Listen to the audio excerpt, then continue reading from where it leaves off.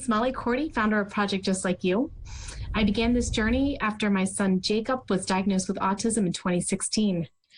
I jumped into sharing stories to show how we are all more alike than different.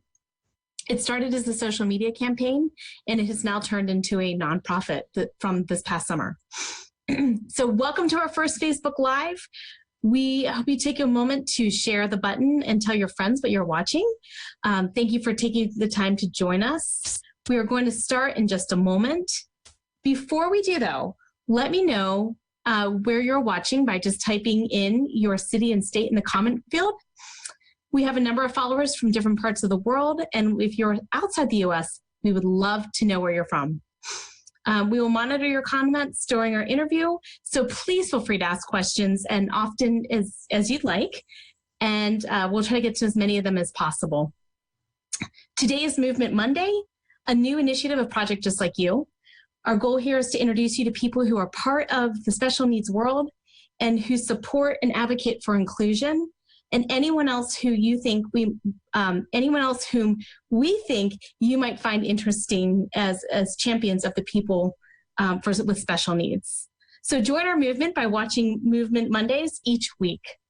Today, we have children's author Natasha Barber with us.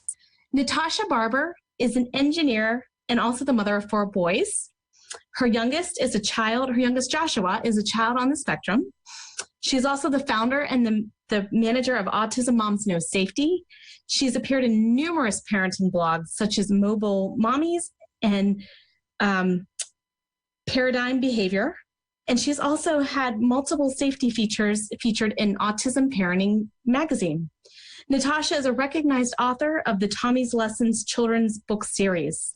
Books in the series include My Tomato Guacamole and Onion Sandwich, My Magic Pet Fish, and My Super Cool Ant Farm. She also created a picture book entitled The Waiting Song. So Project Just Like You is proud to welcome Natasha.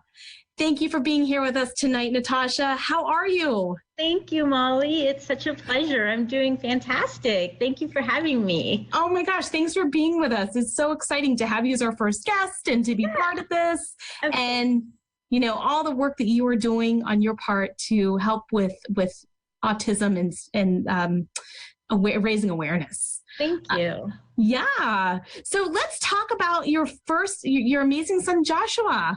Natasha, tell us about him. Joshua was diagnosed when he was 2.5. Okay. He's 12 now. He's super, super energetic. I call him like the Energizer battery because he just keeps going and going and going. He's got, he's fun. He's ticklish like crazy. He's just got an amazing personality. He's animated. He's such a blast. And I've learned so much from Joshua. He's my inspiration. Both my boys are my inspiration, but Joshua has taught me a lot. That's amazing. They're so awesome, aren't they? I mean, they are. I feel like for me, looking at Jacob, that I learned more from watching Jacob than I feel like he ever learns from me. It's just, It's amazing how they're very passionate and motivated themselves. So you see them struggle and you want to help them, but yet they overcome those struggles. And it's like, it's a leap and a bound. It's not like, with other kids, they'll go through, the textbook way of learning. And with them, you just see it all of a sudden. It's like, boom, something happened. It's like miraculous. And it's so much fun to watch. I just love watching therapy just to see him progress and improve. It's awesome. That is so awesome. I love that. Yeah. So tell us, how did you get started as a writer, Natasha? So I actually started writing a manual for safety. And the reason I did is because Joshua actually escaped the before after care program due to just the folks weren't watching him carefully, unfortunately. And he ended up on a 50-mile-an-hour highway or road. Thank God the car stopped, the gentleman grabbed him. And that led me to my safety of, oh my God, I thought Joshua was safe because he had one-on-one care. And suddenly I realized that's not the case. So I started researching and started going to a safety workshop. And here there was one hosted by the Autism Alliance of Michigan, and I learned all this great stuff, and I was excited. I wanted to bring it all back and teach all these people all the stuff I learned, plus all the stuff that we do at home and in the community.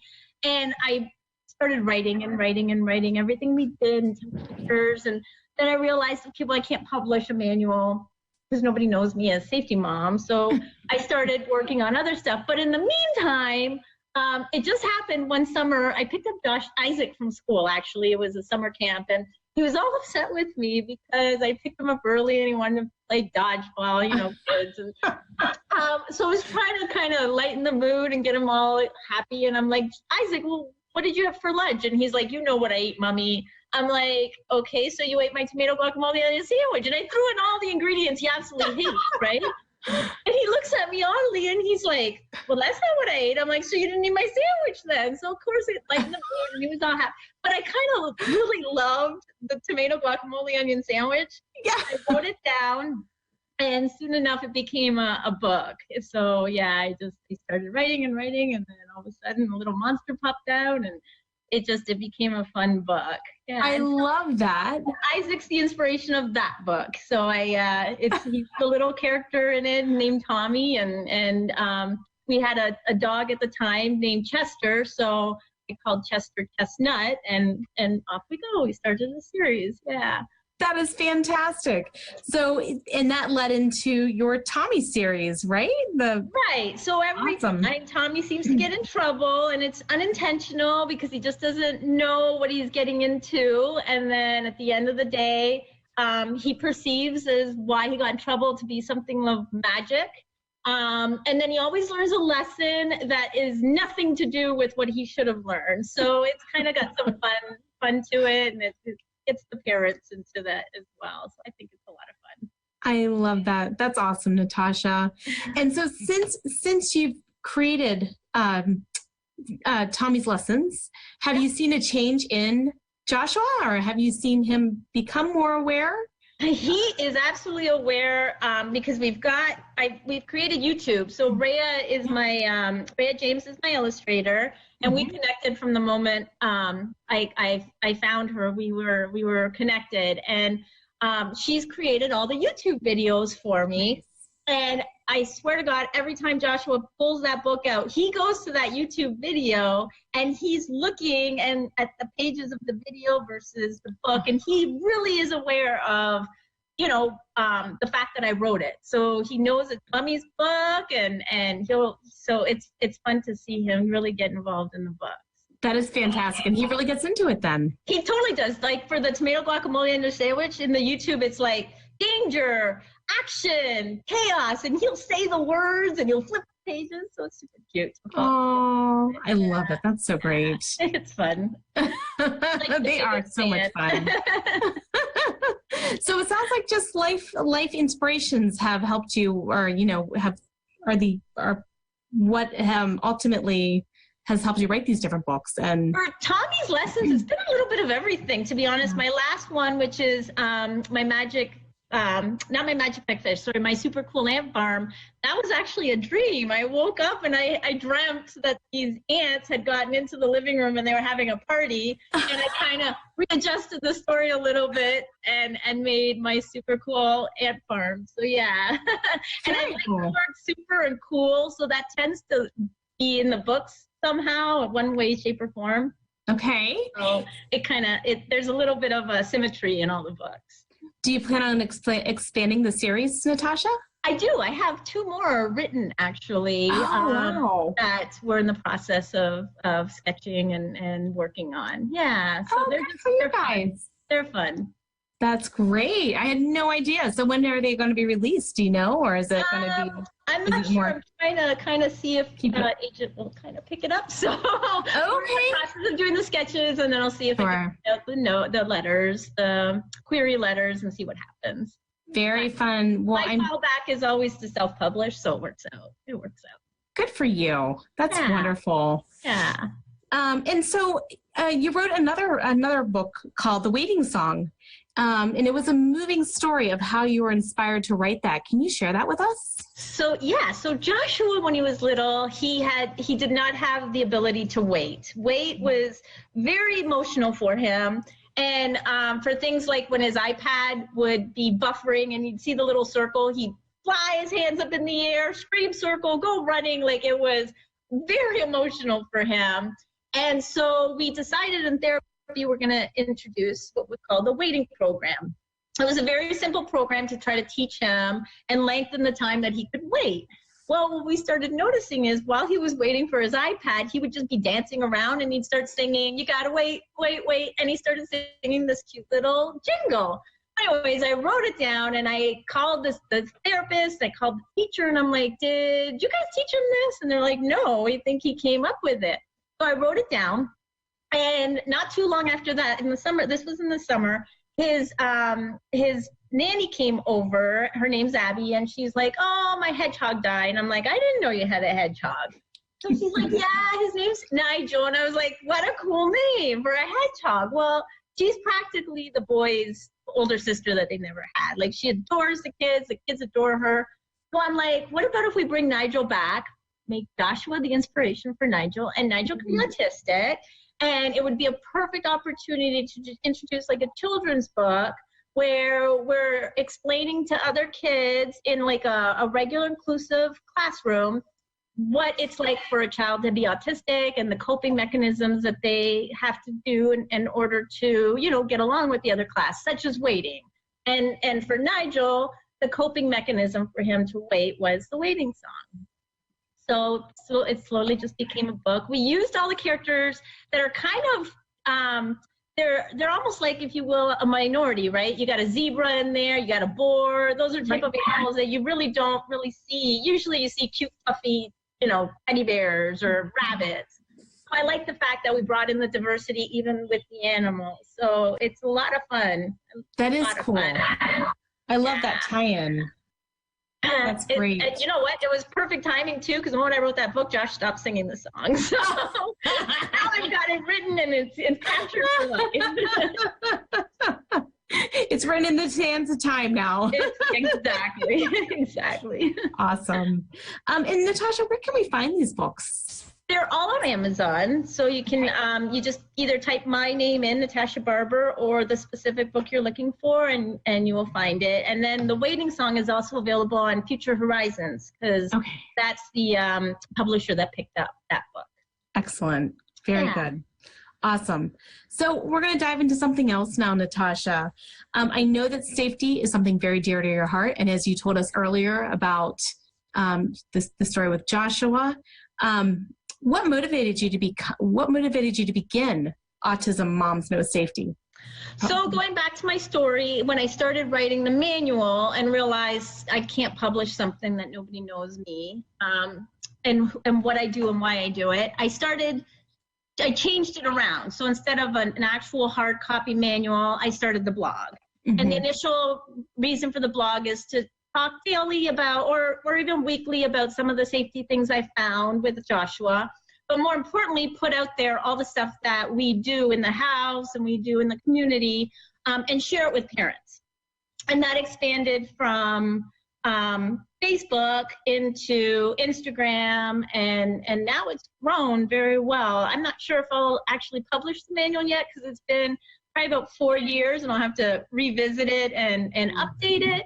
But I've been using what I've captured in the manual with the safety kits, safety kits that I've been now starting in my new project. So I think overall, the idea is just to get parents more aware, spark the safety conversations, get them to realize all the stuff that they can do. It doesn't cost thousands of dollars. You can do cheap sensors for $10, or even some of them are at the dollar store. But the idea is to implement it now while you can, and you don't have that, "Oh, I should have done it, and now my child is hurt," right?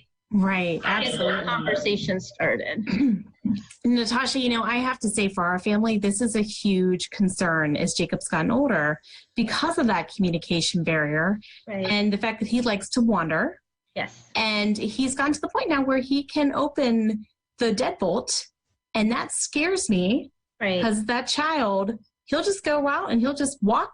And, I think one of the scariest things that happened to us, Natasha, is one time this past fall, I was getting the girls ready for school, and Jacob decided to go outside the garage, and the garage door was open because we were about to take them to the school bus. Oh. And there he was standing, like I looked around, I was like, where's Jacob?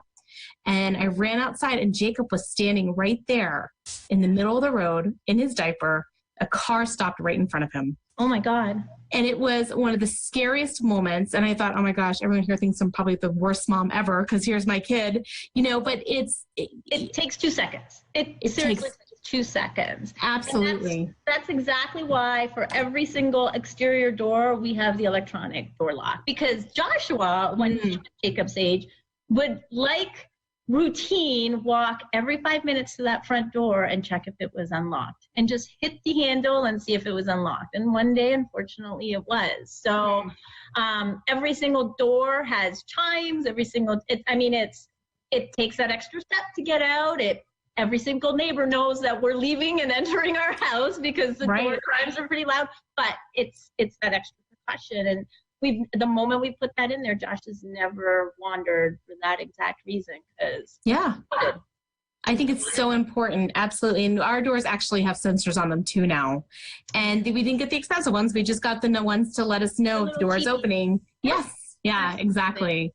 It's just that red flag. Every single time I hear that, I'm like, okay, where's Josh? It's my red flag. Look at the door. Where is he?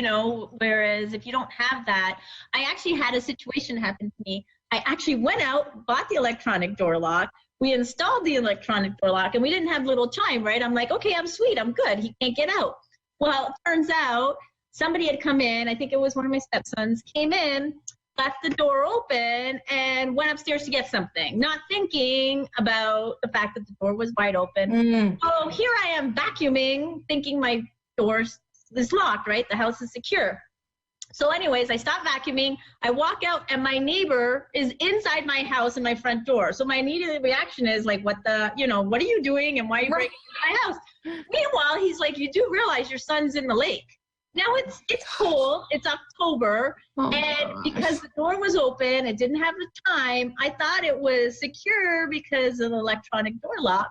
And here he was, he took off, he went into the lake in the middle of October, fully clothed. And luckily, I had gone to each neighbor when we first moved in and said, if you ever see Josh, period, without an adult, something's wrong, right? Let you know, right. And they flew into the lake, they grabbed him. He could swim, but besides the point, when you think you're safe and something like that happens. So absolutely. That's terrifying. It's terrifying. It's hard. You literally have a heart attack because you're on immediate reaction. You don't, So, yeah. Absolutely. Oh my gosh. Oh, Natasha. So he's gotten me a lot of scares over the years, let me tell you.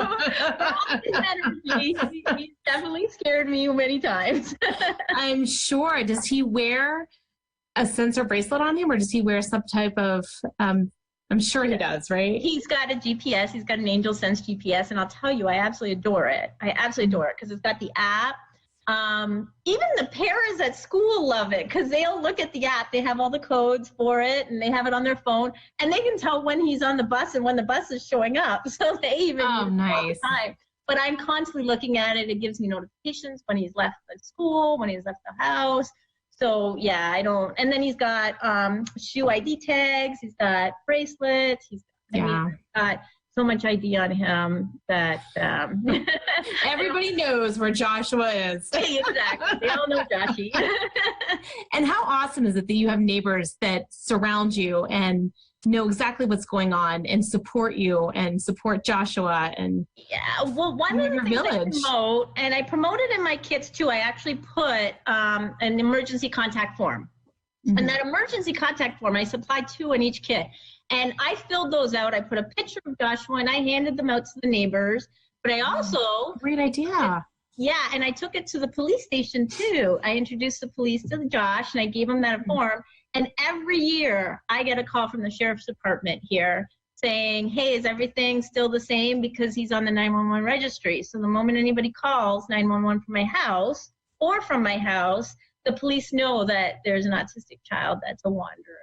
So it's fantastic. It's a great way of making people aware, because it's not just the school, it's the community that needs to know. Yeah, absolutely. And it seems like you've gone above and beyond getting them to know Joshua and getting them to know your situation, and not only just raising awareness for your situation, but for other parents, right, who are in that the same boat. Right, because I mean, autism and wandering are, I mean, for the most part, it's hand in hand. Absolutely. Especially little lower functioning kids, it's going to happen. They have tunnel vision. I see it all the time with Josh. He knows what he wants. Doesn't matter, if there could be 1,000 cars coming as, a train, it doesn't matter. He knows what he wants, and that's what he's going for. And it's scary. It is scary. And, recently we had a lot of snowfall. You probably heard about the big snowfall in the South. And Jacob will see his sisters outside playing, and he wants to go out and play with them. And he gets mad when we won't. I haven't let him go outside because I'm just terrified he's going to walk in the snow and keep on walking. Yeah. But he doesn't get it, and he gets frustrated with me, and, it's a whole cycle of I know mess from there. So distract. But distraction is a very good tool. That's pretty much what we live by around here, Natasha. Yeah. He wants something, he can't do it, and we have to just immediately, that goes. It's a good tool. It is, absolutely. And going back to your Autism Mom Knows Safety, you were talking about the toolkits. Can you tell us more about that too, Natasha? So, the toolkits kind of sparked when I met a mom who, it was in a safety workshop here through the Autism Alliance Michigan, and she actually said to me, well, do you have his GPS? Do you know about Angel Sense? And I'm like, oh, yeah, of course I know about Angel Sense. And she looks at Josh and she's like, well, he doesn't have it on. I'm like, well, I only put it on when I'm not with him, right? Because when I'm with him, he doesn't go very far, right?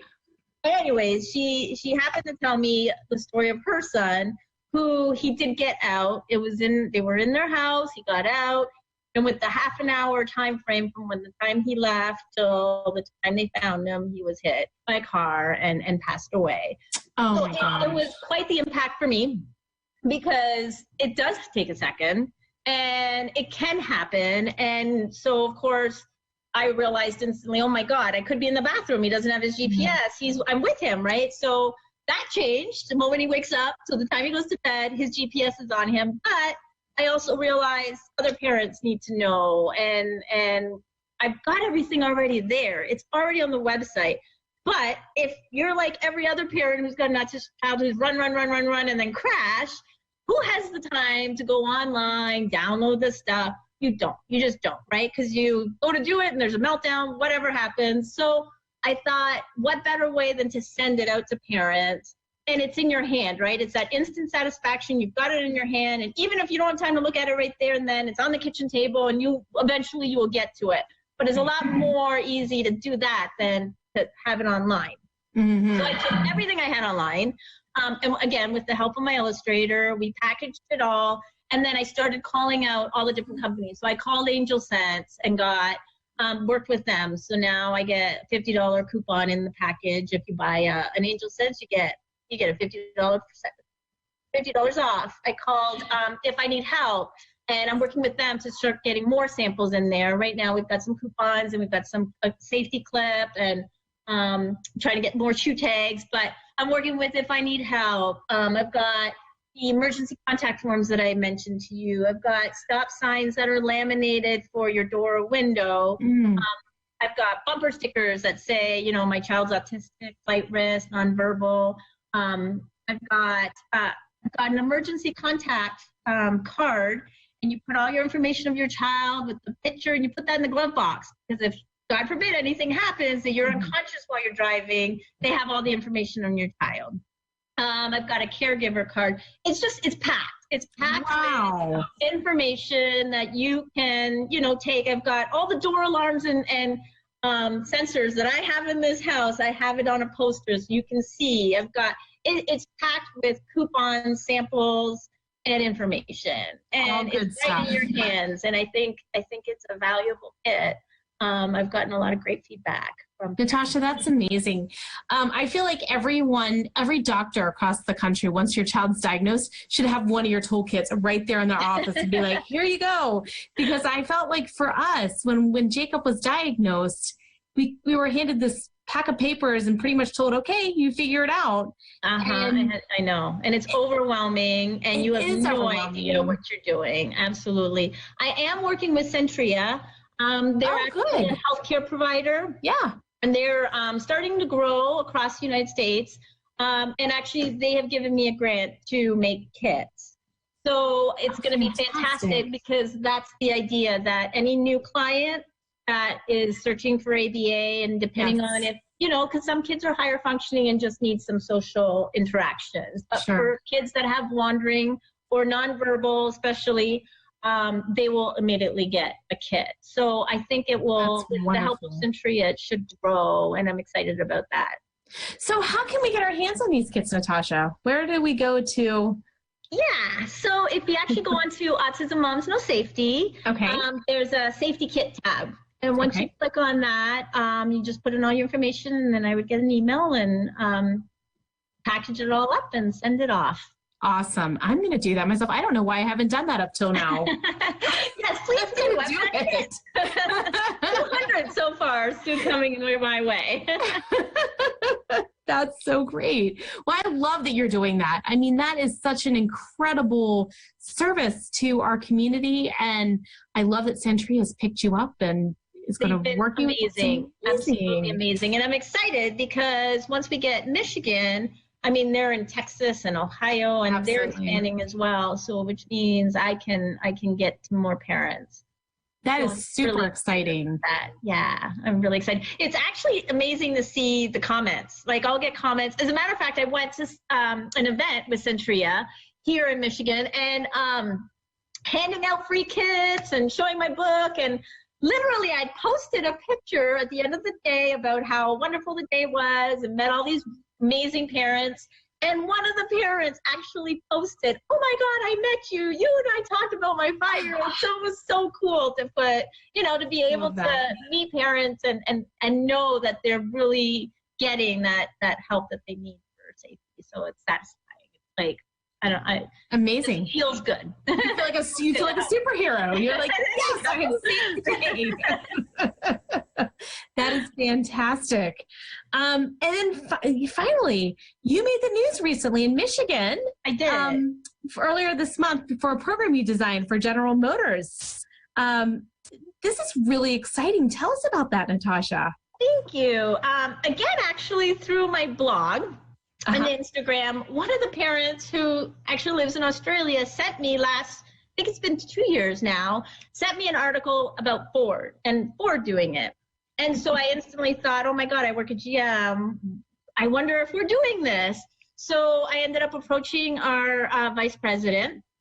He sent me off to meet with HR, and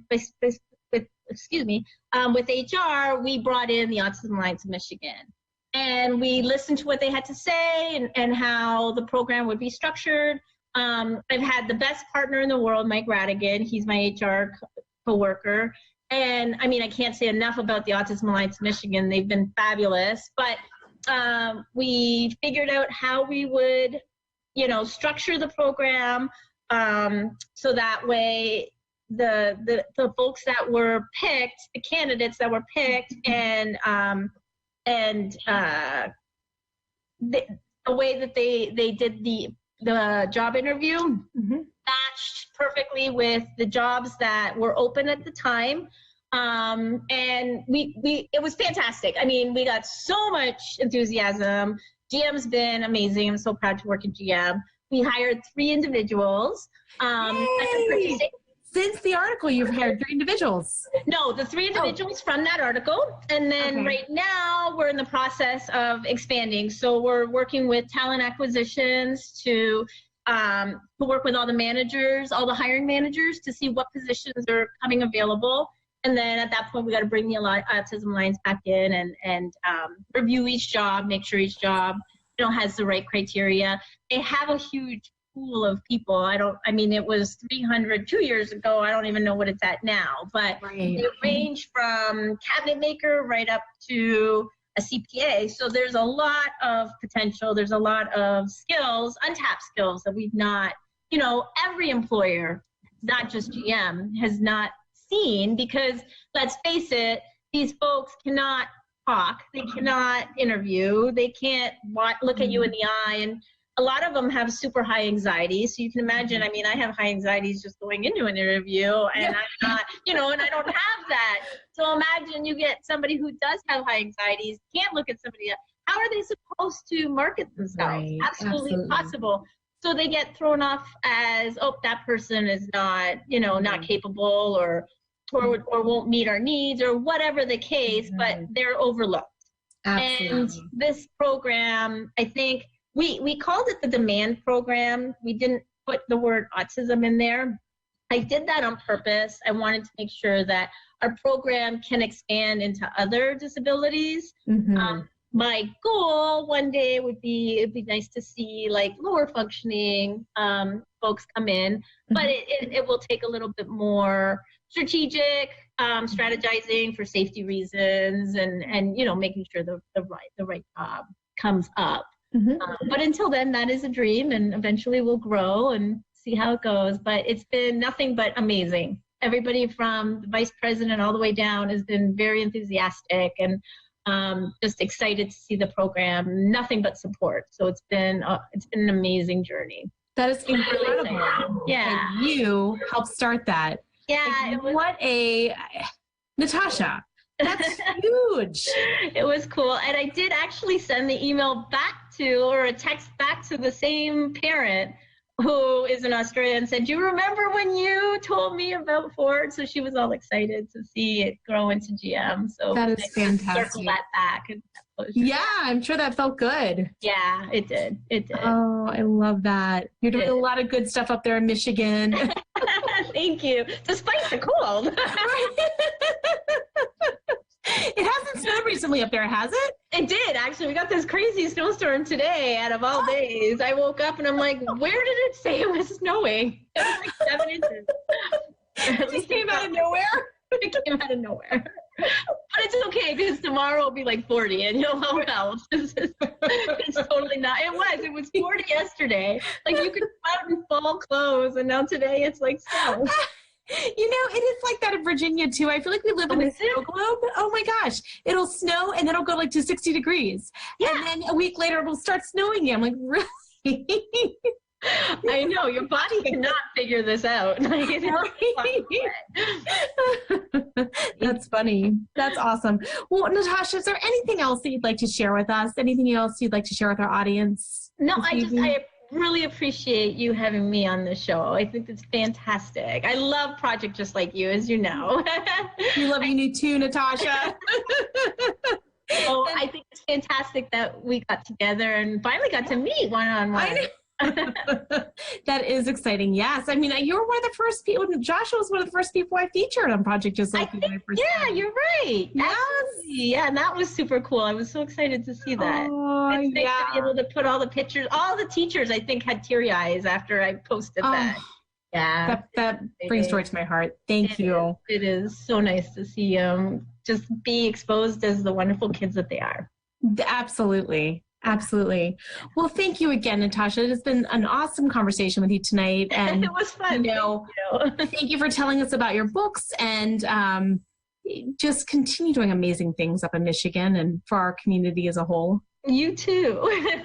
Thanks, Natasha. All right. Well, friends, that wraps it up for the Movement Monday. If there's any questions on your part, Brian is still here to field any questions if you have some for Natasha. Anything going on over there, Brian? All right. Well, we will work to reply to your comments. If you have any follow-up questions for Natasha, please ask away. If you know somebody who you think would be good for Movement Monday, please send us a message or leave a note in the comments. And thank you for spending your time with us this evening. Thanks again, Molly. Natasha. Bye. Bye.